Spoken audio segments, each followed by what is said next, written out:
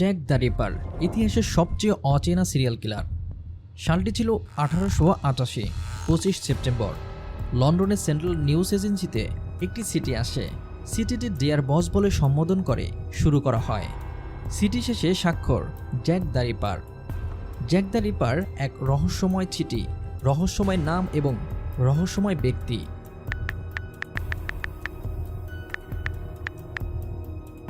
আজকের ভিডিওর শুরুতেই আমরা জ্যাক দ্য রিপারের লেখা সেই চিঠিটি নিয়ে আলোচনা করব। চিঠিতে জ্যাক দ্য রিপার দাবি করে পুলিশ তাকে ধরতে পারবে না, সে আবার হত্যা করবে, পরবর্তী শিকারীদের শরীরের অংশ কেটে ফেলবে বলে হুমকি দেয়। এমনকি পুলিশকে ব্যঙ্গ করে বলে তারা যে নিজেদের খুব বুদ্ধিমান ভাবছে তেমনটি নয়।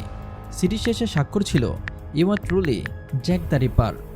খুব সহজভাবে বলা যায় এই চিঠির লেখক ছিলেন জ্যাক দ্য রিপার। যদিও কোনো দালিলিক প্রমাণ বা সত্যতা কিছুই নেই এই চিঠি জ্যাক দ্য রিপারের লেখা চিঠিটি কিনা, কারণ জ্যাক দ্য রিপার আজও ইতিহাসের এমন এক ব্যক্তি, ইতিহাসের সবচাইতে অচেনা সিরিয়াল কিলার।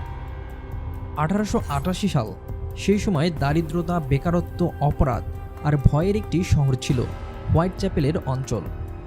মানুষ যখন নিরাপত্তার অভাব বোধ করছিল, ঠিক সেই সময় আবির্ভাব ঘটে ইতিহাসের অমীমাংসিত অজানা আতঙ্কের। সালটি ছিল 1888 সালের 31শে আগস্ট। লন্ডনের হোয়াইট চ্যাপেল অঞ্চলের বাক্স রো। সকালে স্থানীয় মানুষ গলির পাশে 43 বছর এক নারীর মৃতদেহ দেখতে পায়। পুলিশ ঘটনাস্থলে এসে লাশ উদ্ধার করে। পুলিশের রিপোর্ট অনুযায়ী ঘাড় কেটে হত্যা করা হয়েছে 39 বছরের এই নারীকে, যার নাম ছিল ম্যারিয়ান নিকলস। যার শরীরে ক্ষত আছে, কিন্তু অন্যান্য অঙ্গ প্রত্যঙ্গ তখনও অপরিবর্তিত ছিল। সালটি ছিল 1888 সালের 8ই সেপ্টেম্বর। লন্ডনের হোয়াইট চ্যাপেল এলাকার হ্যানবারি স্ট্রিট নিয়ার স্পিটাল ফিল্ডস। রাত পেরিয়ে সকাল হলো, আশেপাশের দোকানের মালিক দোকান খোলা নিয়ে ব্যস্ত, পথচারীরা নিজ নিজ গন্তব্যে পৌঁছানো নিয়ে ব্যস্ত।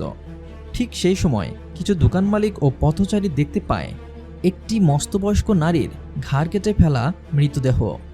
পুলিশ এসে মৃতদেহটি উদ্ধার করে এবং পুলিশের রিপোর্ট অনুযায়ী মৃতদেহটি ছিল ঘাড় কাটা, বুক ও অভ্যন্তরীণ অঙ্গ প্রত্যঙ্গ ছিল আঘাতের চিহ্ন। পরবর্তীতে জানা যায় সে মৃতদেহটি ছিল 47 বছরের এই নারী অ্যানি চ্যাম্পেনের।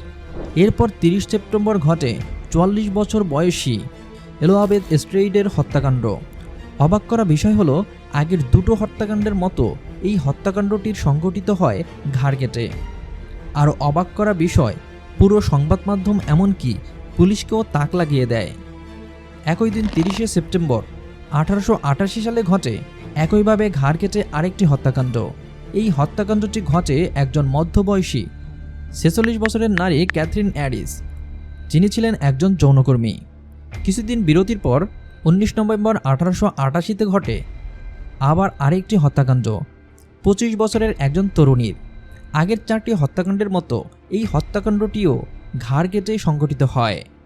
সেই সময় লন্ডনে আরও অনেক হত্যাকাণ্ড ঘটে, কিন্তু এই 5টি হত্যাকাণ্ডকে ধরা হয় জ্যাক দ্য রিপারের সংঘটিত হত্যাকাণ্ড। হত্যার ধরন ও প্যাটার্নের মিল থাকায় এই 5 জনের হত্যাকাণ্ডকে ইতিহাসে ক্যানোনিক্যাল 5 বলা হয়। চলুন ভিডিওর এ পর্যায়ে আমরা জেনে আসি এই 5টি হত্যাকাণ্ডকে কেন জ্যাক দ্য রিপারের সংঘটিত হত্যাকাণ্ড বলা হয় এবং কেন এই হত্যাকাণ্ডটি আজও অমীমাংসিত রয়ে গেল। কী কারণে জ্যাক দ্য রিপার এই হত্যাকাণ্ডটি করেছিল, কেন হত্যাকাণ্ডগুলো অমীমাংসিত রয়ে গেল, এই 5টি হত্যাকাণ্ডকে কেন জ্যাক দ্য রিপার হত্যাকাণ্ড বলা হয়। এ সকল হত্যাকাণ্ডের মাঝে অন্যতম মিল এই 5টি হত্যাকাণ্ডকে কেবলমাত্র সবশেষ হত্যাকাণ্ড ব্যতীত বাকি 4টি হত্যাকাণ্ডকে নারীদের বয়স ছিল 39 থেকে 46 বছরের মধ্যে। এমনকি এই 5টি হত্যাকাণ্ডের প্রতিটি নারী ছিল যৌনকর্মী। এছাড়াও হত্যার ধরনের ভেতর রয়েছে পুরোপুরি মিল। ছুরি ব্যবহার করে ঘাড় ও গলা কেটে, পেট বা অন্তঃসত্ত্বা অঙ্গ কেটে, এমনকি কিছু অঙ্গ প্রত্যঙ্গ আলাদা করা হয়েছে, যা জ্যাক দ্য রিপারের ট্রেডমার্ক। এমনকি সেই চিঠিতেও উল্লেখ করা হয়েছিল অঙ্গ প্রত্যঙ্গ আলাদা করে হত্যা করা হবে। প্রতিটি হত্যাকাণ্ড সংঘটিত হয় গভীর রাতে, রাত 10টার পর বা মধ্যরাতে। শুধু তাই নয়, প্রতিটি হত্যাকাণ্ডের সংঘটিত এলাকার বিষয়টি বিবেচনা করলে তবে দেখা যাবে প্রতিটি হত্যাকাণ্ড ঘটেছে হোয়াইট চ্যাপেল ও পার্শ্ববর্তী এলাকার ইস্ট লন্ডনে। ভিকটিমদের বয়স, পেশা, হত্যার ধরন ও হত্যাকাণ্ডের সময় ও স্থান বিবেচনা করে ধারণা করা হয় এই 5টি হত্যাকাণ্ড জ্যাক দ্য রিপার সংঘটিত হত্যাকাণ্ড।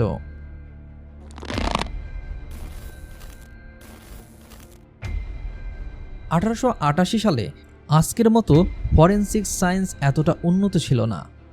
ডিএনএ পরীক্ষা, ফিঙ্গারপ্রিন্ট অ্যানালাইসিস, আধুনিক ক্রাইম সিন কন্ট্রোল, এগুলো কোনো কিছুরই কোনো ব্যবস্থা ছিল না। পরীক্ষার কোনো ব্যবস্থা না থাকায় হত্যার প্রমাণ অর্থাৎ রক্তচুল, আলাদা অঙ্গ কোনো কিছুই সংগ্রহ বা সংরক্ষণ করা হয়নি। 1888 সালে সেই সময় যৌনকর্মীদের নিরাপত্তার বিষয় খুব একটা গুরুত্ব সহকারে দেখা হতো না। সামাজিকভাবে এ সকল যৌনকর্মীদের নিরাপত্তা নিয়ে ভ্রুক্ষেপ ছিল না সাধারণ মানুষের। এছাড়া জ্যাক দ্য রিপার এ সকল হত্যাকাণ্ড ঘটেছিল গভীর রাতে, জনবহুল এলাকা এড়িয়ে। তার এই চতুরতা ও ঠান্ডা মাথায় হত্যাকাণ্ড পুলিশ ও সংবাদ মাধ্যম কর্মীদের নাজেহাল করে তোলে।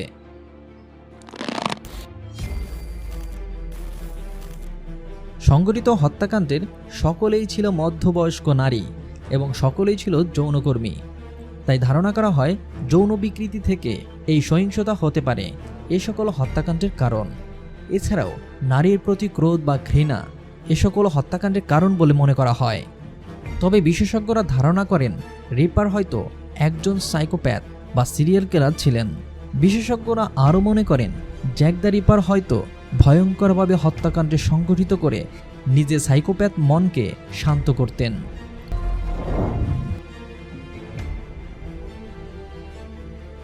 1888 সালের এই অমীমাংসিত হত্যাকাণ্ডগুলোর অন্যতম প্রধান কারণ বলে মনে করা হয় প্রযুক্তিগত সীমাবদ্ধতা।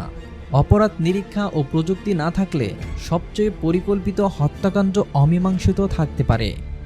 9 ডিসেম্বরের পর থেকে জ্যাক দ্য রিপারের হত্যাকাণ্ডের পরিসমাপ্তি ঘটে। ধারণা করা হয় হয়তো জ্যাক দ্য রিপার স্থানান্তর হয়ে অন্য দেশে গিয়েছে, অথবা মারা গিয়েছে, অথবা নিজের ভুল বুঝতে পেরে নিজেই সংশোধিত হয়েছে। যোগ্যতা সম্পন্ন পুলিশ ও প্রযুক্তিতে অনুন্নত থাকার কারণে এ সকল ভয়াবহ হত্যাকাণ্ডের রহস্য উন্মোচন করা সম্ভব হয়নি। এ সকল হত্যাকাণ্ডের সাথে জড়িত রয়েছে হাজারো প্রশ্ন, কিন্তু সব প্রশ্নই আজ অমীমাংসিত। ভিডিওটি ভালো লাগলে চ্যানেলটি সাবস্ক্রাইব করে আমাদের সাথে থাকবার অনুরোধ থাকবে।